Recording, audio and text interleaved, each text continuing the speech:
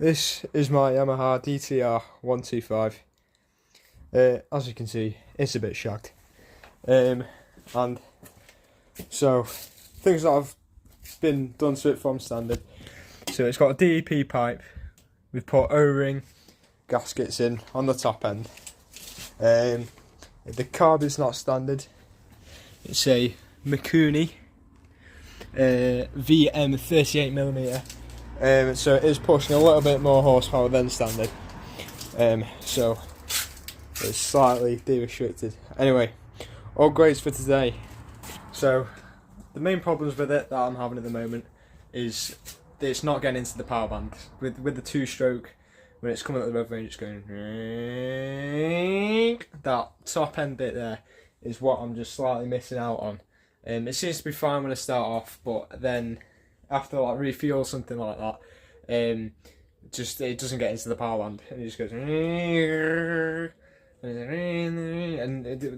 that means it's lean, so it's not getting the fuel around the engine. Fuel cools it down. When there's not enough fuel in, it gets lean. The pistons get hot, swell up, and then you're at risk of seizure. Not the epileptic kind, unfortunately. So we'll be fixing that by putting in a bigger jet. However, a bigger main jet, much more fuel in the engine. But basically, we're getting so much fuel into the engine in the mid revs that it is bogging down. There's too much fuel for the spark. So to stop that, we'll get a needle jet with a slightly better profile, which is kind of like a hole. Think of it like putting your finger in a hose. Bit like that. But sorting that out, I'll take the carb apart and show that for you guys.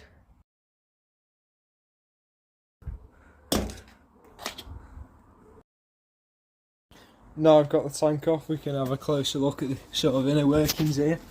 So we've got the choke there. Putting that on just gives a little bit more fuel while it's idling. You only really need that to start it when it's cold. Stuff we're going to take out of here before we take the carb out is this boost bottle here, and this also boost bottle. And that basically just holds a reservoir of fuel and air mixture. So when you crack the throttle open, you've got some fuel mixture ready and prepared, which the carb doesn't have to keep up. So it's basically like anti-lag, if you like, but you know, with no turbos. Well, I have seen someone put a turbo on a DT125. I'll try and find a link for that and put it in the description of the video. Another thing that is vital when you're working on these things is the engine braces, because these are two strokes, they vibrate a lot, and you've got to take these off to get to the carb, but if you don't put it back on, it will rattle the engine to bits. So it really take the lifespan off your engine. So when you're taking these things apart, you must remember to put these back on. But yeah, we've also got to take that out. But this clip here, luckily, is weak enough where you can just lift that out once you're taking these out. Now these engine braces are all out, I can just come in here, grab that, and just rip it out, basically, like that. And then you can have room to move your carb about. If you're watching this as like what 125 should I get as a beginner, really I cannot recommend anything better than a DTR 125. If you're looking at it as like mileage, like MPG and performance perspective, this thing will get like 45 MPG, even as a two-stroke, which is really good. And you're looking at around 14 horsepower, but if you're like me and you're doing bits to it, you can get it up to around 23 horsepower, which this has been dynoed at 24. So you've got plenty of power, more than enough to reach 80 miles an hour and overtake some cars with a bit of space. However, there's a few annoying things. For example, these exhaust bolts are an absolute pain in between the frame there. And also recommend, if you're buying a DT125, do not cheap out like I did. So this one was 1,200, brand new. But we've spent around like £500 getting it up to a reasonable, you know, these tyres were 270, but you don't have to go that much on, you know, these are Continentals, they're expensive. But you don't have to spend that much. I think you could get away with spending about 300 quid extra. If you're don't really want to spend that much on it, or spend time working on it much, do not cheap out, because these things require quite a bit of maintenance. I spend most of my time fixing this rather than riding it, but when I am riding it, it's a fucking pleasure, mate. So now we've got the carb out with a bit of help from a flathead screwdriver. You can see the inner workings of it. So you can see when you twist the throttle, that's the slide that opens up and lets you air in. And you can also see that needle there slides up like that. You can see how it gets smaller at the end. That means it's letting more fuel in. So as the air increases, the hole for the fuel to come in gets bigger. That's how that sort of works, up until about 80% throttle, which is when your main jet kicks in. As you can see there, the geometry right at the very end. So it's like not a very big hole, not a very big hole, and then it starts like getting super small dead fast. So that's where all your fuel is coming from. And also one thing you got to be careful with, which has happened to me, is if you've had your fuel on, the carb can fill with fuel. So out of these breather tubes here, you'll have a bunch of fuel piss out onto the floor. So unless you're doing it like outside or in a garage, that's something you've got to be wary of. Especially when you're taking off this float bowl here, which you have to do to get into the jet. If it's like that, it screws down into it like that, and you can see the top of it like there. So if you're tipping it upside down like that, there's a bunch of fuel in here which is going to spill out. So when you unscrew these bolts to take off that, you've got to keep it upright unless you want fuel everywhere. So that hexagonal thing is your main jet, and it turns out I had 170 in here instead of 180. So that I might have gone too many sizes up actually. But yeah, and that is where your fuel is being sucked up and spat out at the top there through the main jet hole, which I will show you by doing that. There you go. So yeah, sucked up and shot through there. You get mixed in with air and then shot into the engine. So yeah, that's the inner workings of that. There's also this, which is the pilot jet. So on the coffee table here, I've got all the spare, well, all the new parts I'm going to put in. Here's the needle jet, which I was showing you earlier, and here's the jet that I've just taken out. And one thing you always want to do with these is check if they're blocked. And you can do that by just looking through there, see if there's any gunk in, and if there is, you can just blow it out like a balloon. Anyway, these are the new jets. As you can see, the number is slightly bigger. If I could show you that, there you go. So we've got 290, so it's 2.9mm thick, and then this one 300, so that's 3mm thick, and the one we've just taken out is 2.7mm thick. So it's only 0.1 of a mil difference between these. That really, it can really change the characteristics of the bike. And then here you can see the end of the needle is slightly more tapered. And then there's the clip which you can sit on there, and at different levels. So if it's all the way down here, it's going to be lifted up a lot higher, and if it's sat on there, it's going to be lifted lower. But yeah, I'll get these into the carb and we'll put it back together. So now I've just screwed that float bowl back on, just a little bit, because I just don't want the screws laying about, because I've still got to attach these breathers to it like that. Because otherwise they're just flailing about. Well, now I'll fit the needle jet in through here by taking this top bit off, so we can have a look there. So now I've taken that top bit of the carb off, you can see how it's connected into it. That just slides on through there, and that spring, you got the cable inside, which when it tightens it shrinks that spring and it lifts up the throttle body and the needle. So I'm just going to put this over here to the side. Now to get this out, basically we just have to rip it out, there's no two ways about it. And then in there you'll see how this is attached, and then where the clip is and where you can raise and lower it. This bit's very hard to do while filming one-handed, but basically once you got the spring out like that, you can see how the cable's kind of connected there, and you basically just push it in and move it to the side and it'll lift out. And you can see there as well, once with a bit of pushing and wiggling about that, while it's upside down, mind you, that bit of fluorescent plastic will fall out, and there you can see the screws which are holding this thing in. So now I've got that holder mechanism out, now I can show you how the clip works. So there you go. And that clip basically is like a shelf. So the further you move that up, the lower the needle will sit, and the further you move it down, the higher it will sit, which is going to be the maximum hole size.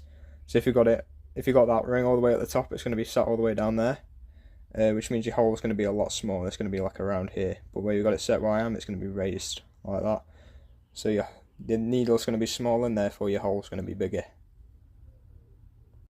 Now you can see here the difference between the two. So because our problem was richness, with this one it's got a lot thicker needle, which means there's going to be less fuel coming in. It's going to lean out the mixture, and we're going to hopefully have a much nicer burn. As you can see here, it's so thin, it's going to be letting loads of fuel through. This one's going to be letting a lot less, and we'll probably have it on the same shelf there, so we don't have to use the old ring clip and the new one. And this new one's also made of brass, so it's much heavier. Just one thing you got to be careful of when putting these new clips in is making sure they're seated properly, because if they're cross-studded or something, they might fall out, leaving your needle rattling around in the carb, which will give you really uneven throttle response. Basically, just sometimes just when you rev it out, it just won't move. Having a second look at this needle, I think I found my problem. It's all bent, which is probably why I was getting uneven delivery. So it's probably spinning around inside there. So sometimes I was getting full throttle, full revs, and sometimes it just wasn't. So that'll probably be my issue. However, this will hopefully stop that anyway, because it's straight. It's also made of brass, so it's stronger, and also the profile's better. So we'll see once we put it in. Now the main thing about testing with carbs and tuning with carbs is on a two-stroke, you have to warm it up. So it could take a long time. When you put the new carb in, you've got to sit there, warm it up for quite a while. If you got a temperature gauge, ideally you want it in the around 50 degrees there, because that's the kind of temperature. It's going to be your running temperature when you're out, and you want it to be working at your running temperature, not when it's idling. So all your tuning, you've got to get it up to temp, ride it out, go up the rev range, and then when you bring it in, you've got to cool it down. So it could take a long process, so that's just something that you've got to bear in mind. So do this on a long weekend when you're not doing anything in the evening, like today for me. Now if you're doing work on carbs for the first time and you put the needle back in and you can see it's rattling around a bit, that's absolutely fine. The only thing you got to worry about is if it can move up, which it can't once you've screwed it in, because in the carb hole where you're putting it through, it's automatically going to line it up. So having it rattle around does not matter whatsoever. It's only going to be a problem if you have a bent needle like that. So yeah. Now this next bit I won't be able to record. So on this cable, you put the spring on, scrunch it up, put this on, scrunch it up to the spring. So you've got a little bit of this left. Force it down, put it into there, and then it'll spring into place. Hopefully, if it all goes well. But that's just theory. Practice is another thing, but I'll come back when I've done that. If you're still struggling to get the spring on by using those things, just have a break. You can, if you've got a vise at home, you can shove the spring in a vise and get some zip ties and just have it like that. So you don't have to worry about it compressing. You can just slide it on, get it into place, and once it's in place, you can snip all those zip ties off, and it will just stick in. So yeah, if you're struggling, do this. Okay, now hopefully once you've done that took me about 20 minutes. So now you've done the hardest thing that you could ever do to a bike. Honestly, apart from then doing anything with the engine. Throttle cables are the hardest thing, especially on these ones because the spring's so stiff. In the end, with all those tips, I just went with my hands. Taking the gloves off can help a bit because these have got a bit of slack and they can get caught, which when you're trying to hold the spring, which is trying to worm around like a snake, can be quite difficult. But yeah, once you've got it in like that, that is the hardest thing you could ever do, and you will ever do with a bike. From there it's easy sailing. So bit of a break now. Okay, so now I've had a bit of a break and ordered some pizza. Now I can start putting this back together now. So one thing you got to be careful with when you're putting these back together is, I don't know if you can see that, let me get a bit more light on that, but you've got a little divot there, and that is where your idle setter kind of slides in there. So you just got to make sure that is at the same side of this. But yeah, that's the only thing you got to watch out for. And getting the needle in the hole when you're putting this back together. Apart from that, it's just the same as disassembly. So now I've got the top onto it. Now we'll just check if it's all working smoothly, which it is. So that's perfect.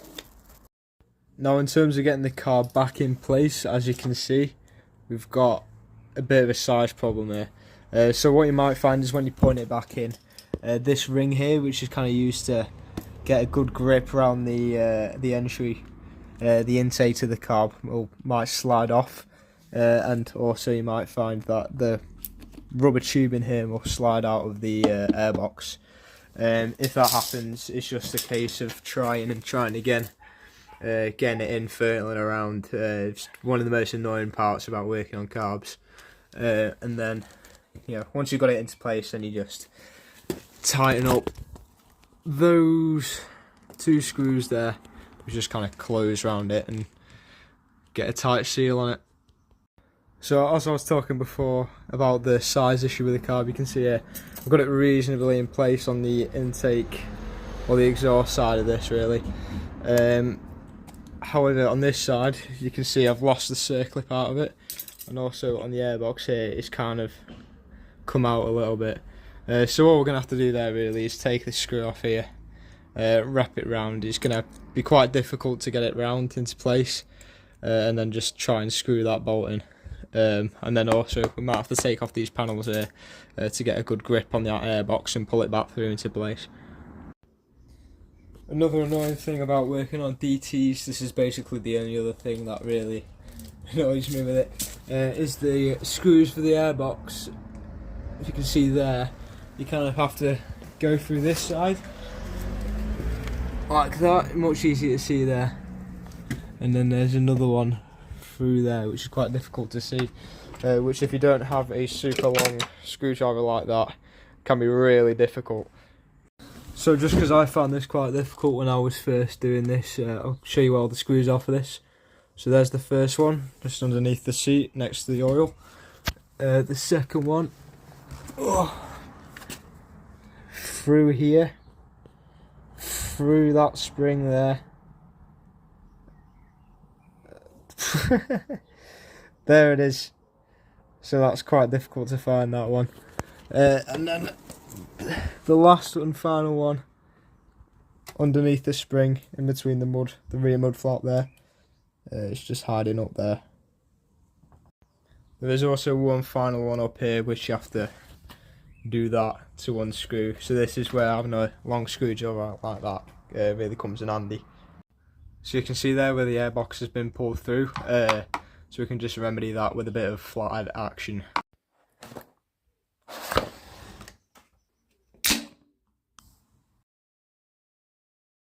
So after that pizza break, I'm watching a bit of Dave Houston doing his Lancenta Johnny Groats for cancer video. Great channel, by the way, if you haven't seen him. He's a great fellow as well. Now we've got the panels back on for the airbox, the side panel there. We can start putting this thing back together. So as you can see, I've got the rest of the bikes together. I've got the 2 boost bottles on, I've got the carb on, got the fuel line on, but as you can see there, I definitely need a new fuel line.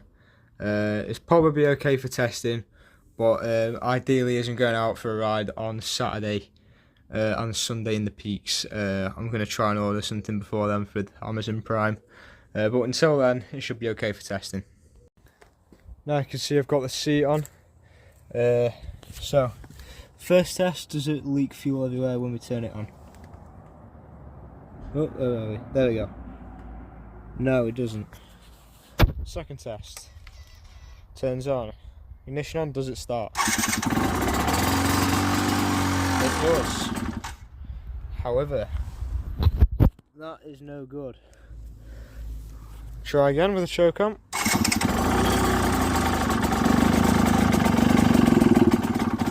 So that tells me we need to adjust our idle, which is that little crosshead thing down there. So now I've got it running at an idle, however the choke is still on, so the rev should be a little bit higher than this, but for the moment it is idling. So first issue, we've turned the choke off So I'll just start it again and show you. That should not be happening. So that's with the choke off. I don't know if that's because the idle's been messed around with too much, but I'll try again. So as you can see there, the choke's off and it's idling okay. So I'm just going to let this warm up now while I put on my gear and ready to test it out.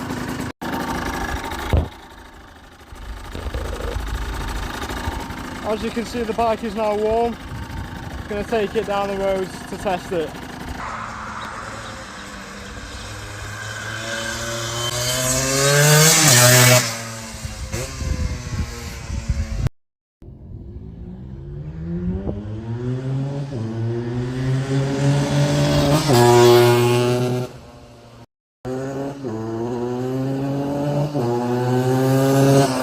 So after all that, it does look like it's revving a little bit higher, but as you can hear in that video, it's still just that very top end. It's going.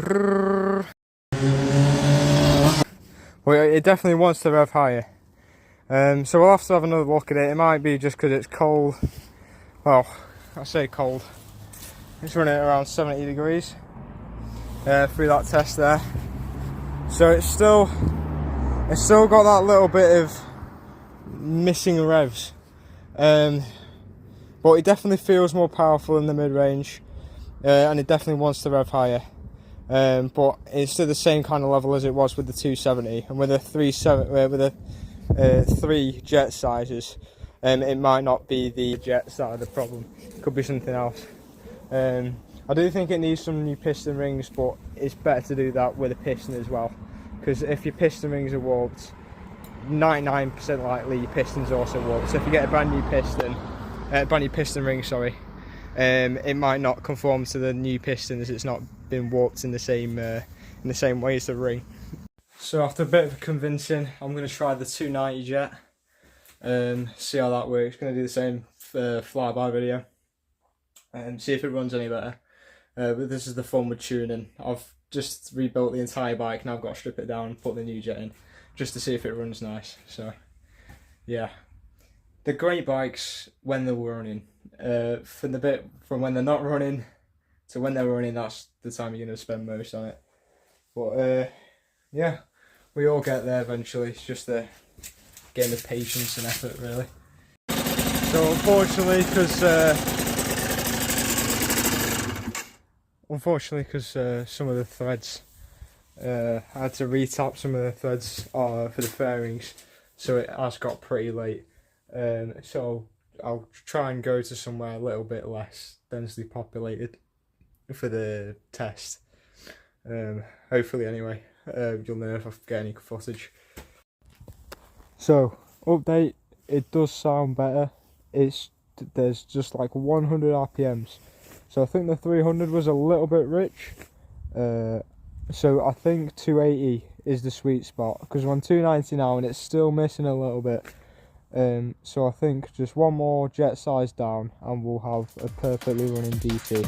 But for tonight, I'm calling it a day. It's about 10:30 and I can hear my dad coming around the corner now, so that'll be me.